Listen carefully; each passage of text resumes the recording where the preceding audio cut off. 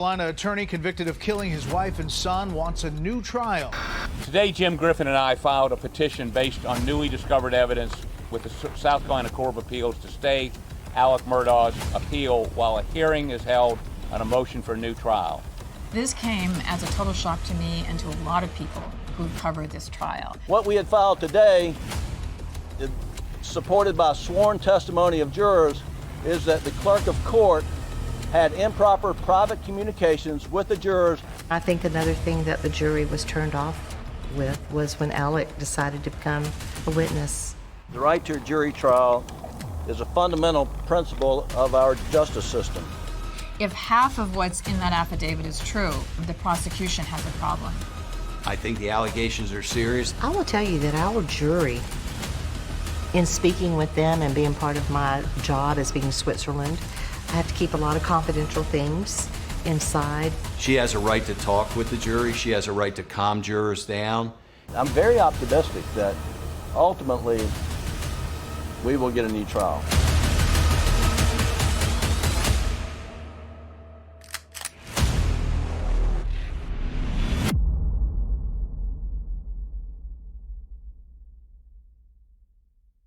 I'm Martha McCallum, and this is the Murdough trial, the clerk in question. 6 months after the guilty verdict in the trial of the century, Alec Murdaugh's defense team is now asking for a new trial, accusing the clerk of court of tampering with the jury. But the South Carolina Attorney General says investigators have found, quote, significant factual disputes with those claims. And Alan Wilson concedes that a hearing may be needed to decide if convicted killer Alec Murdough will get an entirely new trial. So who is Rebecca Hill, the Colleton County Clerk of Court, at the center of this new Murdough legal drama? The state of South Carolina, County of Colleton, in the Court of General Sessions in the term of 2022, July, the state versus Richard Alexander Murdough, defendant, indictment for murder, SC code 16-3-0010, CDR code 0116. Guilty verdict. March 2nd, 2023, the world watched as Clerk Rebecca Hill read the verdict in the Murdough murder trial. After 6 weeks of testimony, it took the 12-person jury less than 3 hours on a Thursday night to come back with their verdict. The disgraced South Carolina attorney, Alec Murdough, was found guilty in the brutal, cold-blood murders of his wife, Maggie, and his son, Paul. Murdough was sentenced to 2 life sentences in a maximum security prison in McCormick, South Carolina. Now, there are serious questions that have been raised about the role of the clerk of court in that decision. September 5th was an absolute bombshell. I think we all thought we were done with the Murdough case. Attorneys for convicted murderer Alex Murdough say they have new evidence that shows jury tampering by Colleton County Court Clerk Rebecca Hill. Today, Jim Griffin and I filed a petition based on newly discovered evidence with the South Carolina Court of Appeals to stay Alec Murdaugh's appeal. What we had filed today, supported by sworn testimony of jurors, is that the clerk of court had improper private communications with the jurors, and the subject matter of those communications was the credibility of the defense that the Murdough legal defense team put up, and it was the believability of the defendant's own testimony. Do you love Paul? But I love him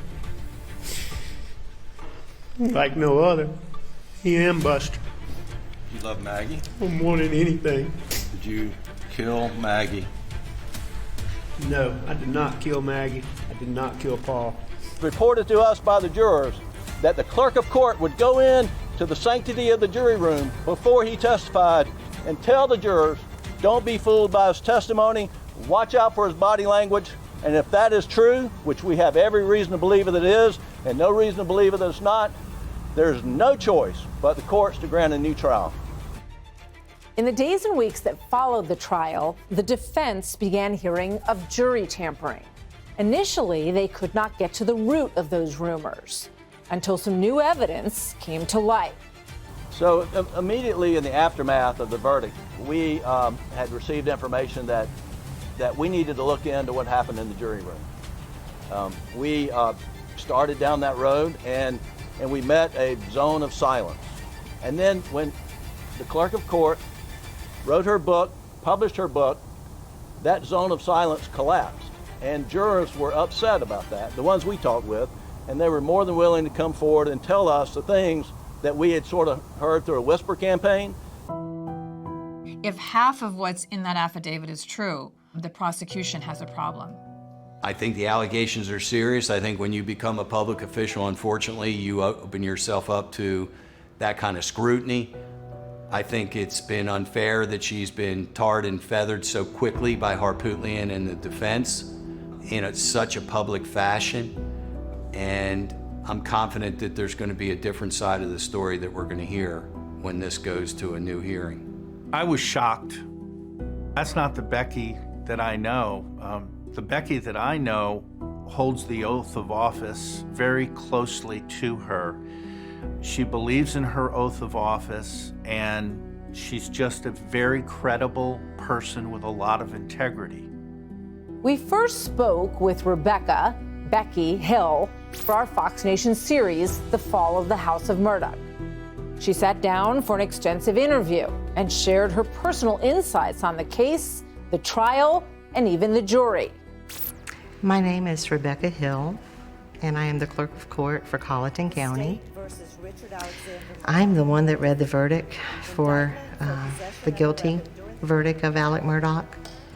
And I was a little, my breath was knocked out for a moment, but then I have to tell myself to treat this just like any other trial, any other verdict that I have to read, and I have to place my mind there and take out any other personal relationships.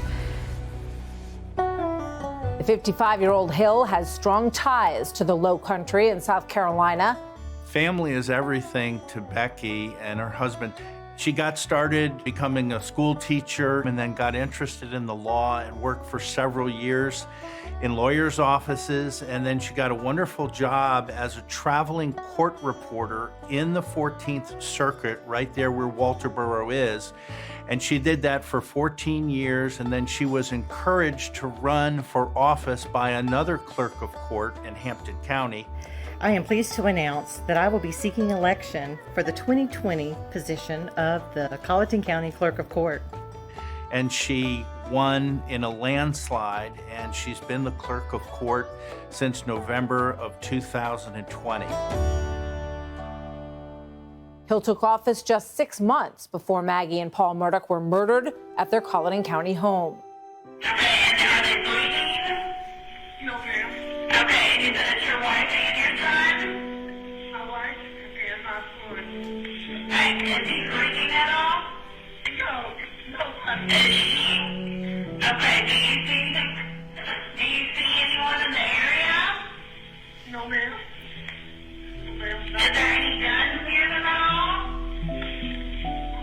I heard about the murders of Alec's wife and son that very night that it happened, June 7th, 2021. I was home and I had gotten a phone call from a very dear friend in Hampton who told me that, alarmingly, that Alec's wife and son had been murdered.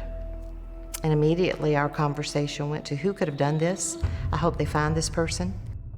We felt very, very close to the situation just because of the Murdough family. And we wanted justice to be done.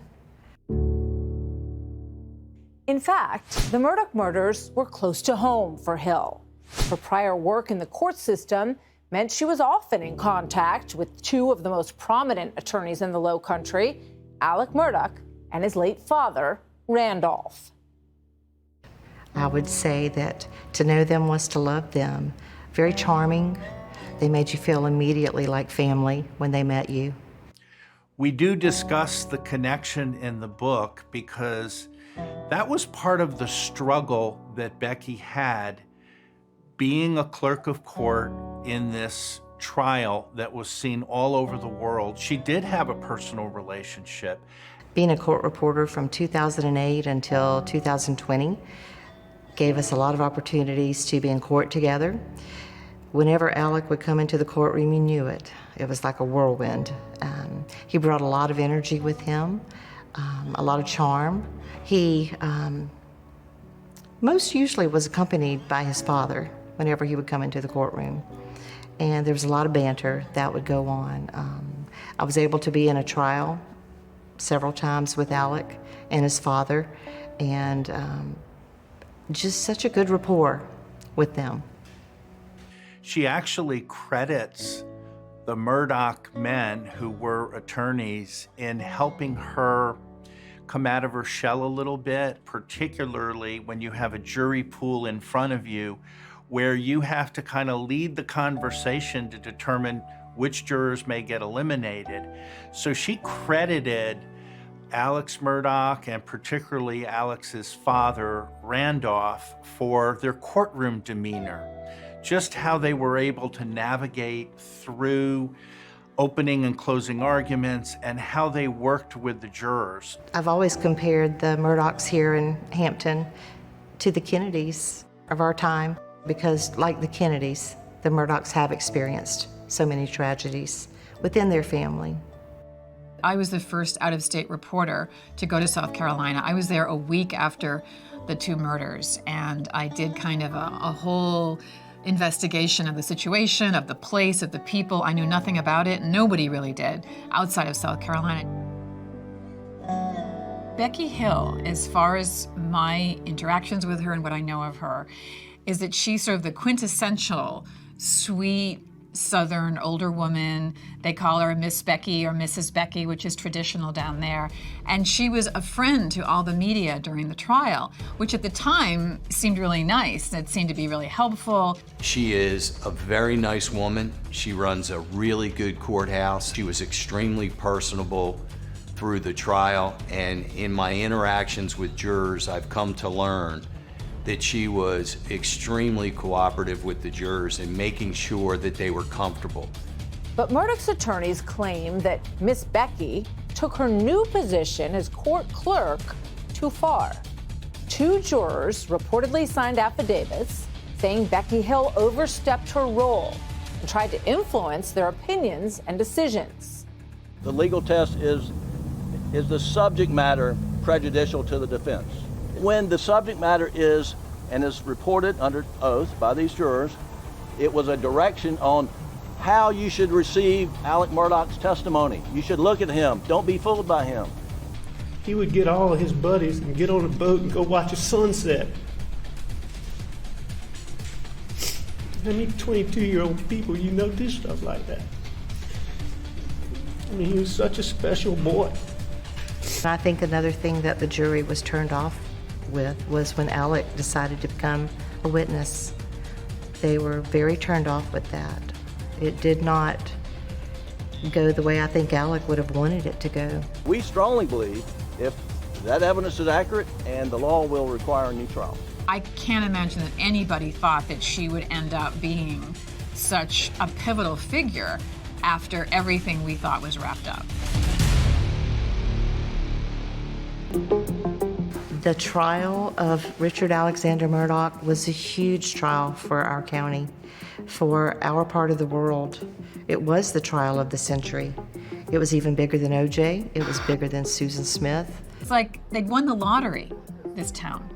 And I think everybody got a little corrupted because back in the beginning, they all loved Alec Murdough. And, you know, Miss Becky said things like there was such charm that he had. It's amazing how fast people turned on him, even before he was found guilty.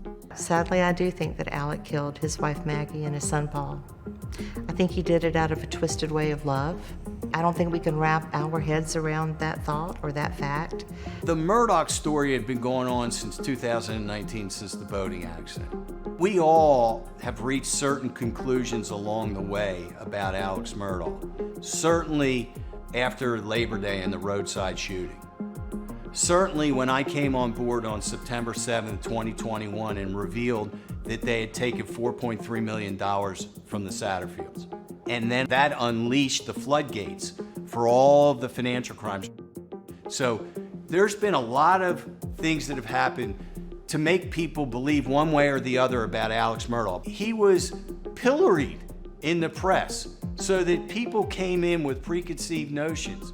She doesn't have to be free of opinion regarding his guilt or innocence, but she can't let that guilt infiltrate picking a jury. As the clerk of court, I tend to be more like a Switzerland in dealing with everyone. I take no sides, and I have to be accommodating to everyone in the courtroom, no matter what side you're on, from the jury to the judge to the witnesses to the people in the gallery that come, to the prosecution, to the media that was here.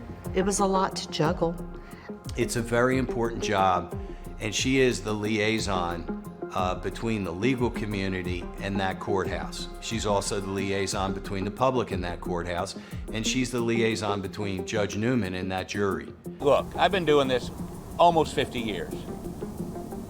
The bedrock of any trial, and I've done hundreds of them, is that the clerk of court is the person that makes sure the jury gets their food. If they're put up for the night, someplace to stay, their travel accommodations are met. They're not someone that ever should talk to them about the case. I've never had it happen.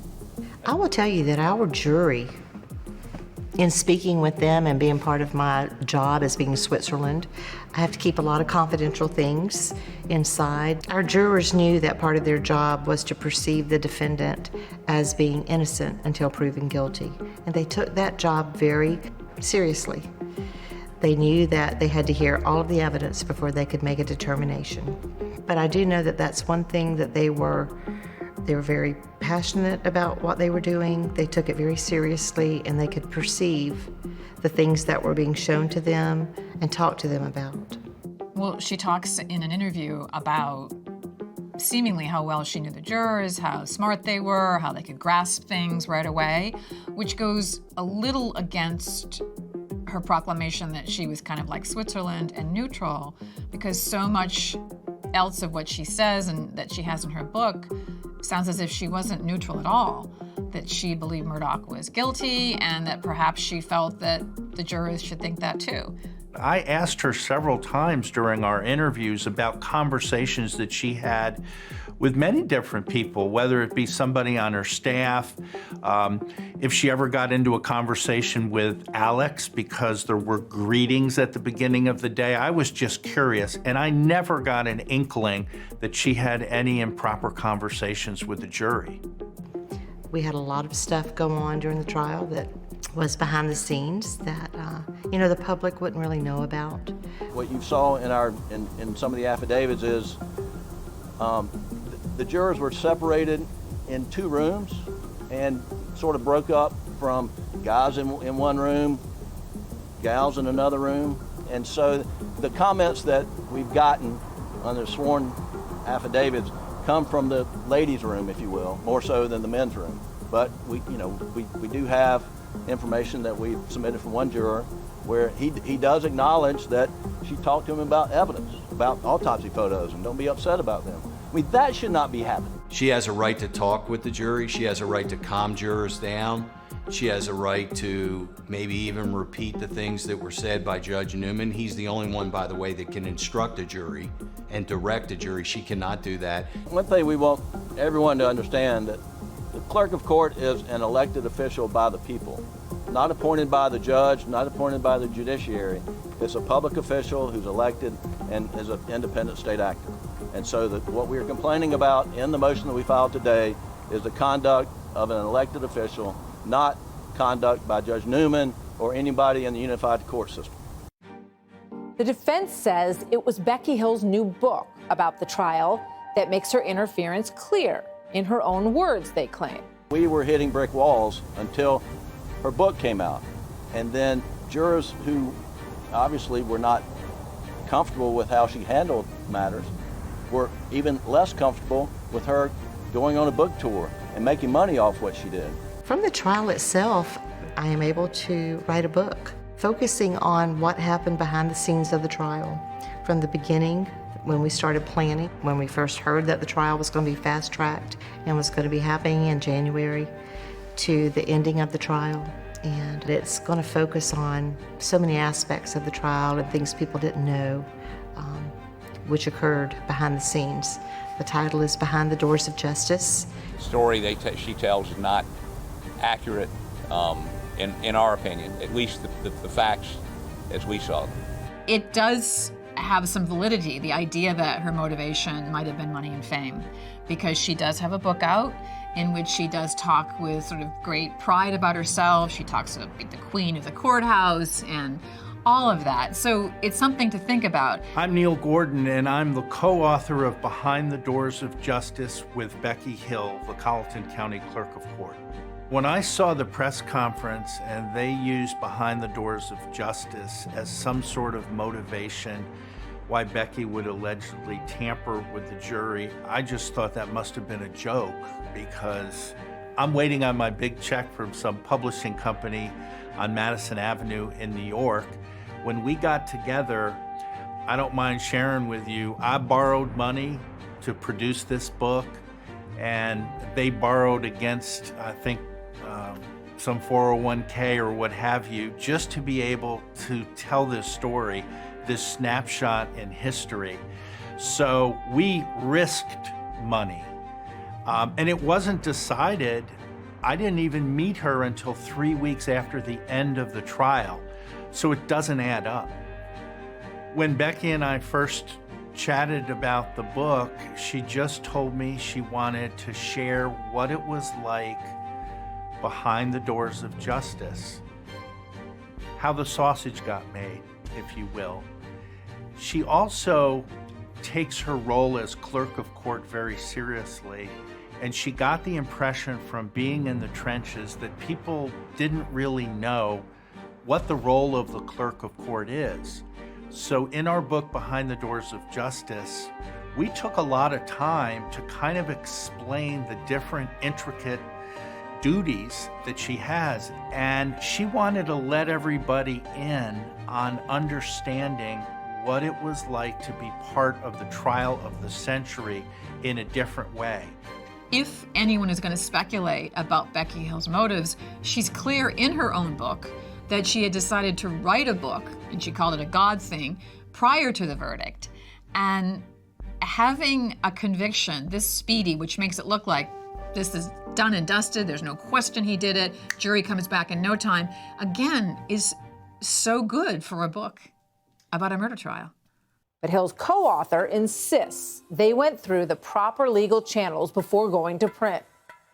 It was sent off to a media attorney, pretty noted media attorney from the Southeast, who took a look at it with a red pen and suggested certain things that should be clarified and certain things maybe that we should leave out, etc. So we were pretty careful, I would say, in the way that we went about publishing. The defense also points to several key moments in the trial that call into question Becky Hill's motives. First is March 2nd, when the so-called egg lady juror was removed just hours before deliberations began. A few days ago, I received a complaint from a member of the public indicating that a juror had engaged in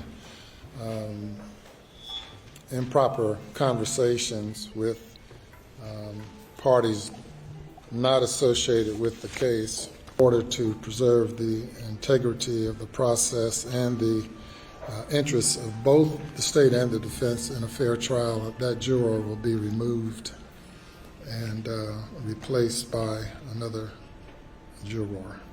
Have you brought everything that you have outside of, you left some stuff in there? What do you have in there? A dozen eggs. Say it again? A dozen eggs. A dozen eggs. What you see in the sworn testimony that's been filed today is Ms. Hill told the court that there was a Facebook post by this juror's ex-husband. Becky Hill apparently saw this Facebook post, which we still don't even know ever existed, and told the judge about it. But since then, it gets really complicated because the person she named as being the author of this Facebook post with a Timothy Stone. Egg Lady Juror's husband is Tim Stone. He doesn't go by Timothy, and that Timothy Stone on Facebook's face is not even her Tim Stone. So it gets really complicated. And again, she wasn't in touch with him. She had restraining orders against him. So it really seems kind of nuts that he would have a post there. The ex-husband has filed an affidavit saying, I've never posted a Facebook post.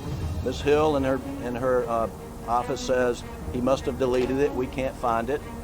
And what we do know, and we laid it out in detail in our brief, is that the apology Facebook post was posted, I think, on February 16th, and said we had deleted it the day before, February 15th. Ms. Hill is telling Judge Newman on February 23rd that I just saw this Facebook post. Impossible, impossible. And in fact, the defense attorneys have done a forensic deep dive on his Facebook, on his laptop. He did not make any Facebook post that anyone can see, according to them. We also have in there sworn testimony that Ms. Hill told this juror that SLED went out and confirmed with your ex-husband that he posted that. Not true, according to the sworn testimony. But Becky Hill gave us this explanation of why the juror was removed. Was released from the jury because of talking and to people that she should not have been talking to, and the speculation that her ex-husband could have been contacted by someone on the defense team. Her ex-husband and her had not conversed in over 14 years. In fact, when they divorced, she had 3 restraining orders out on him, and he wasn't someone that she wanted to come into contact with. But through her interaction with people, the judge felt that, and talking with the attorneys too, that it was going to be safer for her to be released. Murdough's team says she invented the post to remove the juror she believed might vote not guilty. There is another real amateur hour aspect to this, because it's come out that the court clerk, Becky Hill, was questioning the Egg Lady juror in her offices about these issues, especially the alleged Facebook post. If she started expressing her doubt of Alex's guilt or innocence, especially before they rendered a verdict, before they were even released to deliberate, I would have thought there would have been some complaints by other jurors made. But there were no similar complaints. Nobody said that she had expressed that she was going to vote him not guilty. So how would Miss Becky have known that if she didn't voice that? That's the disconnect I'm seeing. The fact that Judge Newman said in open court he was a little concerned that she had spent some time talking to the Egg Lady juror about these allegations, it's like someone should have, I think, been a little bit more careful about the way the whole trial was running, in particular with her position, because it isn't a stretch to think that somebody, a good old girl from the good old South might get a little caught up in what people have called the trial of the century. Obviously, Harpootlian is basing the genesis of this is the quote-unquote egg juror. She's the one that was very upset for being discharged from the jury. From what I understand, very upset. But she wasn't discharged by anything that Becky did. If there's going to be an investigation, I think you're going to be surprised of what you hear about the Egg Lady from the other jurors. I think you're going to be surprised at whether she actually followed the judge's directives throughout the trial. The defense motion also points to the jury's March 1st visit to the murder scene. Well, I went with the jury to do the site visit to see Moselle. Well, of course, my curiosity was high, just to see what it looked like. I've heard so many stories of Moselle and the good times that were had out there. But arriving at Moselle and seeing the property was a little double-edged, knowing that Maggie was murdered there and Paul was murdered there. What Hill wrote in her book about that visit is now being called into question by the defense. In it, Hill writes, quote, "While the jurors viewed the Moselle property, we all could hear and see Alex's story was impossible. Some of us, either from the courthouse, law enforcement, or jury at Moselle, had an epiphany and shared our thoughts with our eyes at that moment. Many of us standing there knew, I knew, and they knew that Alec was guilty. Well, you know, the problem I have with what she says in there is, after going to Moselle, we, if you notice, she used the plural we, felt such and such and such and such. This was just one day before they started deliberations and less than 48 hours after a verdict was returned. And this visit to Moselle was supposed to be very crucial. We meaning who? We meaning the jury? We? No. We meaning her and the court staff. The jury was together. She wasn't with the jury. The jury was being marshaled by bailiffs and security guards. I think you're going to hear from other jurors that they didn't even hear anything from Miss Becky during the walkthrough. We meaning is, she's going to have to define who that we is. And she mentioned in Behind the Doors of Justice that at some point her eyes locked with several different members of the jury, and just based on women's intuition, she just felt that was at the point that it sealed Alex Murdaugh's fate. If she had to pick one moment in time, that was the moment. But Hill doubled down on what she meant by we in our interview. I've been a court reporter. I've been a clerk of court now for 3 years. And you get a feel for a jury. And in speaking with them and in going to the site visit that we did to the Moselle property, we didn't have to speak a word. Our eyes between me and the jury said it all. I believe that the site visit sealed the deal with their conviction in Alec Murdough. It's almost like Maggie and Paul spoke from the grave, and I know that sounds a little weird, but there was an eerie, eerie feeling on the property that morning that we went. And when we went over to the areas where Paul and Maggie had lain, the wind had even picked up, but you could just hear in the breeze voices saying, that he's guilty. Murdaugh's team also accuses Becky Hill of forcing the jury to reach a quick verdict, saying, you should be able to come to this pretty quickly, and by the way, if you don't, if it's not done by 11 p.m., you're gonna have to stay for the night. I think what you're gonna hear is maybe they were told that they can deliberate to a certain time, and then at that time, if a verdict isn't reached, they're gonna end up going to a hotel, and that they would be able to return the next day to continue deliberations. People deliberating late into the night beyond 10 o'clock maybe get tired. There are some people my age who are elderly. 10 o'clock at night's kind of late when you start your day at 7 o'clock in the morning.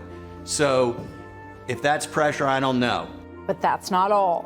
One of the things we heard was, once the jury went out, even though there were 6 smokers and they were given smoke breaks during the entire trial, once the jury went out, they were told, no more smoke breaks.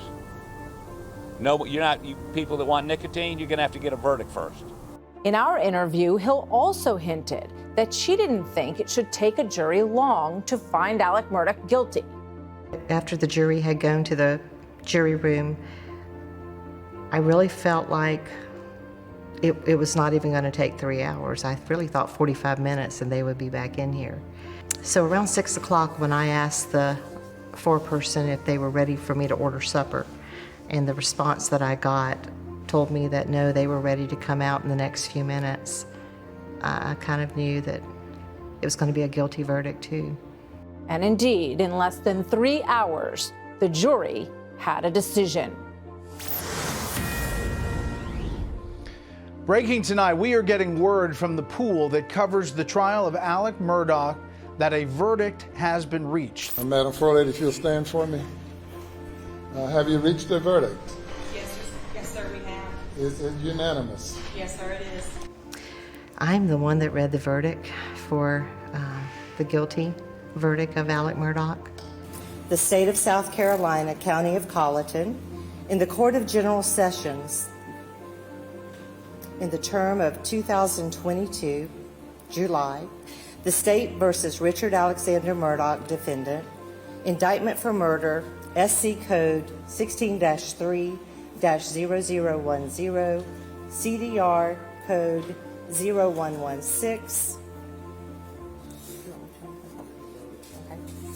Guilty verdict. I just find it difficult to believe that 12 jurors would find somebody of murder, guilty of murder, that could get life imprisonment twice, simply because somebody may have said something, made one statement. Your jury has been polled and the verdict is a unanimous verdict. Alec Murdough had no reaction at all during the reading of the verdicts. There were so many reactions from so many others. I could see members of SLED weeping. They had a lot of time invested in this investigation. They knew the Murdaughs, for the most part, from on the other side. They were also torn with doing a job, from knowing this family for years and years and years, and then coming to grips with Alec being a murderer. It was hard. What I haven't heard from any juror yet is any juror said that they felt that they made a verdict that they didn't otherwise wanted to make, that they were forced into voting for guilt when they thought he was innocent, or that anything Miss Becky said caused them to vote in a certain way. A lot of these folks just don't want to get involved, but they're going to be involved if we get a hearing, because each and every one of them is going to have to testify in an open court before you as to what happened. So far, we have been retained by 4 of these jurors who rendered a verdict. My clients want to cooperate with law enforcement because they were law-abiding citizens who gave a law-abiding oath, and they rendered a true and just verdict without interference. So they've given written statements. They're willing to testify under oath to support the verdict that they gave. Any comments at all about the allegations? Did you tamper with the jurors? Do you have lawyers now? Any comment at all, Rebecca?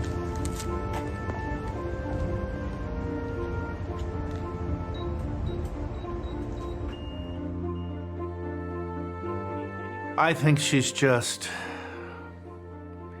nervous, overwhelmed, and she's relying on her faith and prayer and friends and family. And I always say to her, what happens in the dark will always come to light. And please remember that if Alex Murdough is innocent until proven guilty, and he had an opportunity for all the facts to come out, doesn't Becky Hill deserve that same opportunity? I think a judge is going to be hard-pressed to reverse this jury verdict at this time and maybe says, well, send it up to the appellate court and let the appellate judges reverse this if they want. If I were a betting person, if I were an odds maker in Vegas, I'd say he gets a new trial. But in this particular case, at the same time, nothing would surprise me. I mean, we thought all the twists and turns were over, and there already were enough of them. I mean, this is as if it was scripted by Hollywood.